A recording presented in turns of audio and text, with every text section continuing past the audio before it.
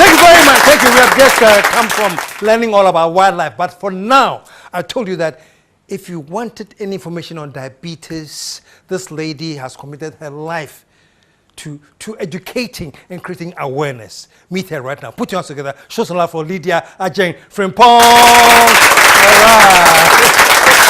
Lydia, there we go. There, back, there. All right. Welcome for life, that's right. Yes. Sure. Welcome to the show. Thank you. Lydia, you have an amazing story. Yes, I do. You were diagnosed diabetic? Yes. When I was 24, going on 25. Until then, you didn't know? No, I did not know. No symptoms, nothing? No symptoms when I was in Ghana.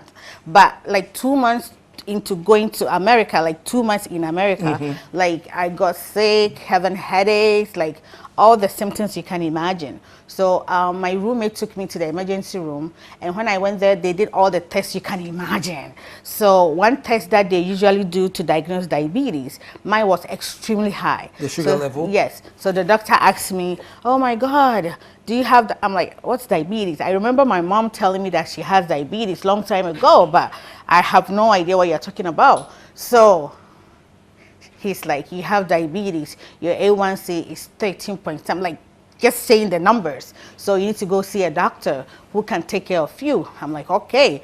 But I got home, I'm like, oh, these doctors, they're always scaring you. Well, I'm here in America to work and take care of my family. So why like this? So I just ignore whatever. Really? You ignored it? Yes, I did.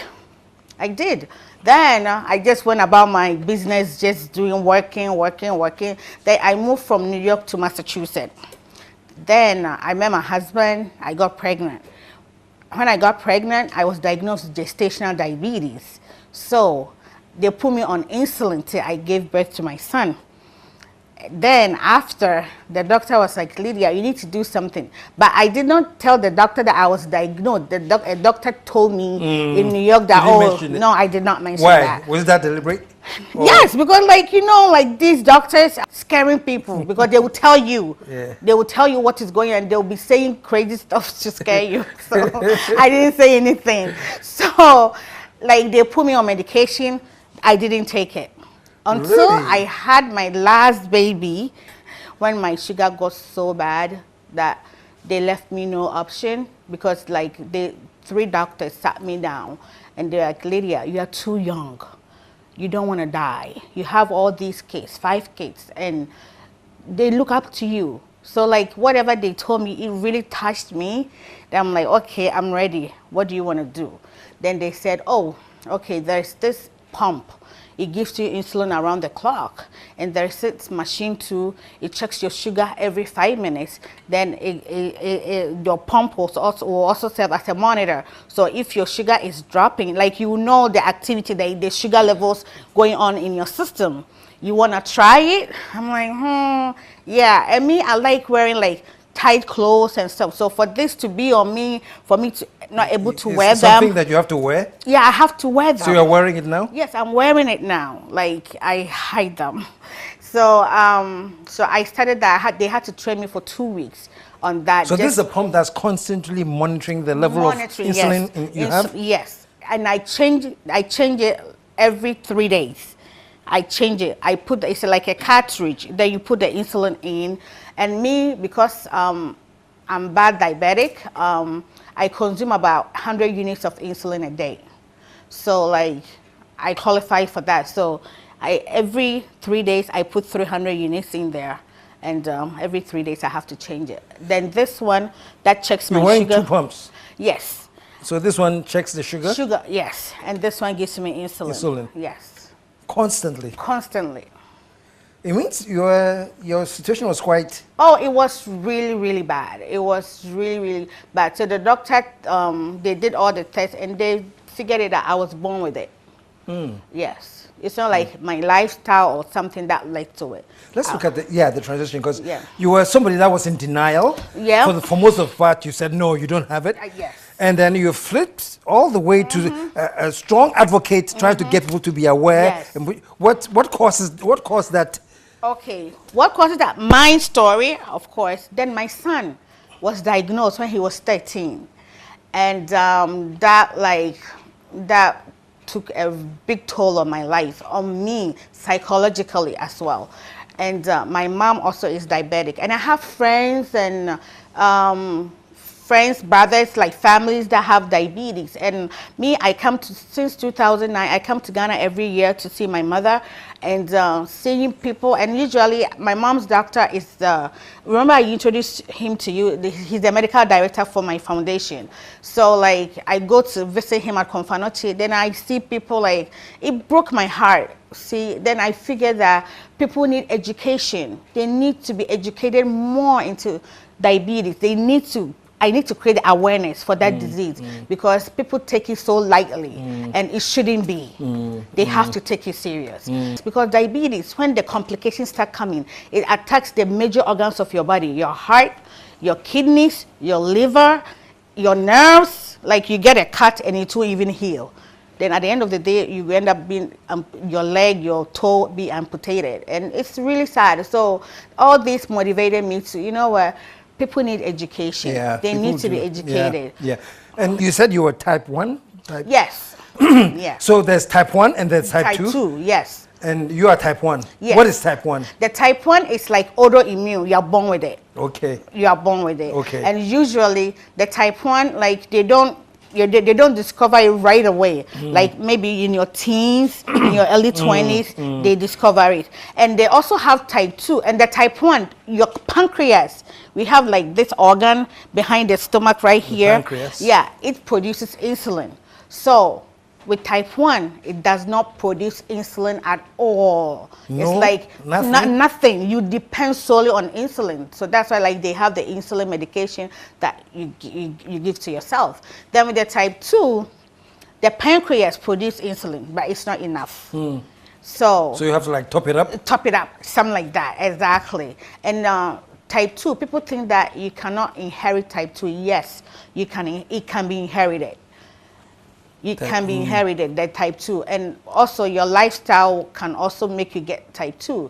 And with your lifestyle, if you don't have any family history of diabetes whatsoever, and it's your lifestyle that made you get diabetes, you can change your lifestyle, eat right, exercise, whatever, and the diabetes can go away.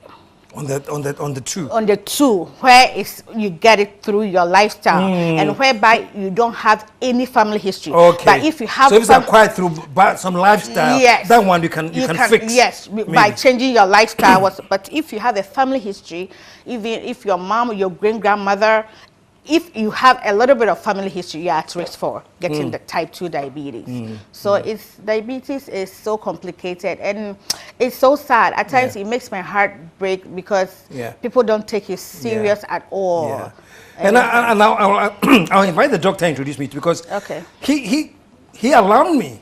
He says there have been cases where people have been rushed to the hospital with stroke. Yes. And after they do the checks, they realize that the stroke was caused by diabetes. Diabetes, yes, because if your sugar goes really high, it can send you into a stroke. Yes, it can send you into a stroke, or it can fall into a coma. And in the coma, you start having mini strokes, mini strokes. Yeah, and that can mess you up big time. And sometimes people get out of it, and then they will end up in a wheelchair because they can't walk, or they have like left side, right side it's not working. But it's serious because that doctor is my mom's doctor. Oh, that's your mom's doctor. Yes, and he's the medical director, the one that you were working with. Yes. And he's the medical director for Frankel Foundation for Diabetics. Okay. I've known him for years. Great. So now I'm glad you mentioned Frankel, because it's a good time to talk about Frankel. Because of the condition that you have and all the experiences, you have decided to set up a foundation, Frankel, to educate people, create awareness. Awareness, yeah. The education part is my main focus, because like if you educate the people, you educate them, it will help reduce the prevalence of diabetes and improve the quality of life of those diagnosed and yet to be diagnosed. So these are my main thing. Yeah, and I'll do anything. I've given my life for this because it's my dream project. And it took me years to figure out what I want to do. And this is what God put on my heart. I see. So now let's talk. You were diagnosed in the US. Yeah. They gave you some pump that you're wearing. Yes. People who are being diagnosed in Ghana do they have the options of a pump to wear and something to monitor insulin? Yes, they have the option to wear the pump, but the pump, I don't think it's in Africa yet, and it's very expensive. Yeah. It's very, very expensive, and they need training, and come on, it's a lot of work. Yeah, yeah. So so my question is, somebody's listening to you right now, they are in Ghana, they can't even buy a ticket to go to Togo. You have to have a pump. I was diagnosed in the US. You are lucky. What about me? Me. What is your word for them? Because you know. Yeah, my word for them, because I always say that to live with diabetes is expensive, whether you like it or not, because you have to eat right, you have to eat organic food. And Ghanaians, you guys are so lucky. Everything, most of the food is grown organically, but in the US, it's so expensive. The organic food, they are so expensive. So all that I can tell them, those who have diabetes, just take your medication. Don't take whatever the doctor tells you for granted. And if the doctor tells you, oh, you have to come for routine checkups every 3 months, please go. You know, exercise. Not like any vigorous exercising, just maybe 2 minutes of walk every day around your house or whatever, or your area. It will help. And just eat right, not too much carbohydrates, more protein, more veggies, some fruits, because some people think that, oh, you have to eat fruit. Yes, a lot of fruits, they have carbohydrates in them. So you don't have to eat too much fruits, but like some fruits, more veggies, and small bit of carbohydrate. Yeah, and people think that, oh, I have to eat too much protein. No, you don't have to. If you are diabetic, you don't have to eat too much protein. And at the end of the day, if the protein also gets into your urine, it's another problem. So like you need to like balance it out, you know, and just make sure that you eat snacks in between your meal, especially those on insulin. You can drop. Me, I can drop easily. And as a diabetic, you need to eat 3 times a day and have snacks in between. And it will help. And as I said, it's very expensive to live as a diabetic. So Frankel Foundation, can people contact the foundation? The doctor is the head. Yes, the doctor is the head. Yes. Yeah. Yes. So once they call, he'll be linked to the doctor. Yes, because the other time when you left, we found like I think more than 10 people who have diabetes. When you did the screening? Yes, when we did the screening, that have diabetes, but they don't even know. Wow. Yeah, so the doctors talked to them and made referrals. Then we're going to follow up with them. Yeah. 10? 10. And some of them were hypertensive, like bad. Wow. Yes, I'm talking about bad. So this leads us to a very, that checkups are so necessary. Very necessary. It's one thing that it's not even a part of our culture. So I'm going for a checkup. It's like, anyway, you see us. I want to check up. Anyway, you. No, it's very important. Routine checkups are really, really important. In America, if my doctors have been with them for years, and if I miss my appointment, they will call me personally. Lydia, you need to come, because they think I'm too young to go through all this. And with my son, and one time I was diagnosed with depression, which I still see a psychiatrist for that. And it's sad. So the routine checkups are really, really important. And I think the government should do better for the insurance, so that like those who don't even have money, the insurance can help them. Because in America, those that don't work, they have insurance for free, and the government takes care of them. I'm not comparing, but at least so how's your husband? My husband handling his diabetic wife. Oh, and then a son, right? And son. He always said that, oh, well, I have a diabetic wife, I have a diabetic son, I'm also diabetic. That's what he always say. I'm like, yeah. So he's really worried, especially when he see me go through the hypoglycemic episode when I'm having it. And that's when your sugar drops. Yeah. And he gets so sad, and at times I can tell he's tearing up, but he doesn't want me to see. And I remember when my son was diagnosed, he was crying. He didn't cry in front of me, but when he was going, like they left the hospital with my other kids, he was crying like a baby. So they told me later, it's really tough for him, and he doesn't even want to think about it. But you have 5 kids. There's only one that's diabetic? Yes, the middle one. Yes. The middle one. Yes, and my siblings, I'm the only one with diabetes. Really? Yes, and my mom's siblings, she's the only one with diabetes. Yes. but her cousins and stuff, they have diabetes. And I think 2 years ago, one passed away from complications of diabetes. Yes, and I've met another one too. Yeah, who is also like bad diabetic. Yeah. So the bottom line is, folks, please do your checkups. You know, it doesn't take too much. You just go and have a little prick and check your sugar level. I mean, you know, it won't hurt because, Mr. KSM, diabetes is crazy. It's a killer. It can kill you instantly. If your sugar drops massively, you can die. If it goes high, you can die. So it's like we need to do the routine checkups, eat right, and because once you're diagnosed, you have a way of living with it, exactly, like you are doing now. Yeah. You know, so it's good to at least know you have it. Yes. And then do the appropriate. Yes. And when you also left, I met this lady. She knows she has diabetes, and she said she's done. She's given up, and since January, she's not taking her meds. And her sugar was really high. She couldn't even walk that well. And one of the doctors asked me to talk to her. So I talked to her. Both of us, we were cheering up. I'm like, I asked her if she has kids, and she said she had only one son. I'm like, your son needs you. Nobody can take very good care of your son apart from you. Just live for her. Then I told her my story. I'm like, I gave up too.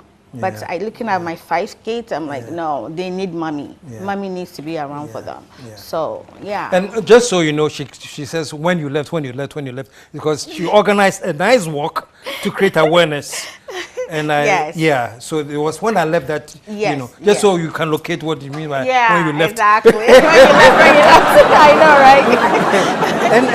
and so the screening, 10 people discovered they had it. Yeah. Maybe even more. Even more, So, well, bless you, because that's all we need for people. Something to ginger them to go and do the checkup. Before then, they were normal people. They think, now they realize they have and one funny thing, diabetes, like, it can't show the signs and symptoms. It can't, like, it doesn't show that fast, or then before you know it. Once it starts showing, it means it's eating into you. Exactly. So something needs to be done. So for people who are not aware, who, like I was saying before, it's eating into you. Are there any symptoms that you can spot in the beginning? Yes. You have headache, like severe headaches, like that look like migraine. You get thirsty. You drink a lot of water. You pee a lot. You lose weight massively. You get cramps in your legs. You have blurry vision. And you have wounds that are not healing and stuff like that. So when you're going through this, there could be diabetes. Yes, it's a possibility. It's a possibility. Yeah, it's a possibility that you're having diabetes. Yes. Okay, so thirst, extreme thirst, extreme voiding. Sorry, I'm using nursing terms. Extreme urinating. In nursing, we say voiding. Extreme voiding, extreme thirst, blurry vision, wounds that are not healing, and at times your blood pressure can even also go high because hypertension and diabetes, they go hand in hand. They are twins. So if I'm hypertensive as well, and even my 15-year-old is also hypertensive. Yes. Wow. Yes, it goes. They're like twins. They go hand in hand. So, like, if you have diabetes, there's a possibility that you're going to have hypertension. Yes. Okay. So, folks, you've had the symptoms, man. So, you may be thinking, oh, these are light things I'm seeing, but just check up. That's all we're saying. Exactly. And at least rule it out and know that it is not diabetes. It's not this, Exactly. Yeah. But thank you so much. You're welcome. But before you go, I have a small gift here for you. You brought me a gift. I brought you a gift. I saw you holding something. I'm like, I'm praying. Maybe it's a gift. I don't know. I brought you a nice gift because first of all, I appreciate the fact that you even came to my health fair and the walk. God, I'm like, where did this man got that stamina? Oh my God, I couldn't. I had to jump in the ambulance because I almost passed out. And look at you, like, I'm like, oh my God. And I appreciate so much. So I have this. So you brought this for me? Yes. I was watching this. You said,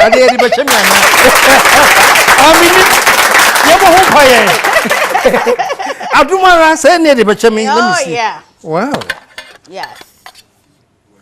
Yeah, that's fossil. It's a fossil watch? Yes. So anytime you put on, you remember me and Frankel Foundation for Diabetics. Show some love, man. Oh, this is beautiful. Can I get a hug? Yes, of course. Thank you so much.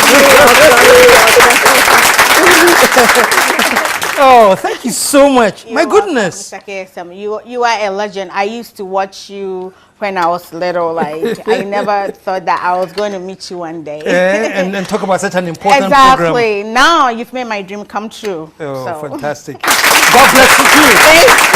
Folks, that's Lydia and is there a number you can leave us for Frankel Foundation? Yes. Please do. I almost forgot that. It's 0207 966220. 0207 966220. Call me anytime. And if you have any questions, I'm here for you. Please make use of the number and call. Stick around, folks. We'll be right back.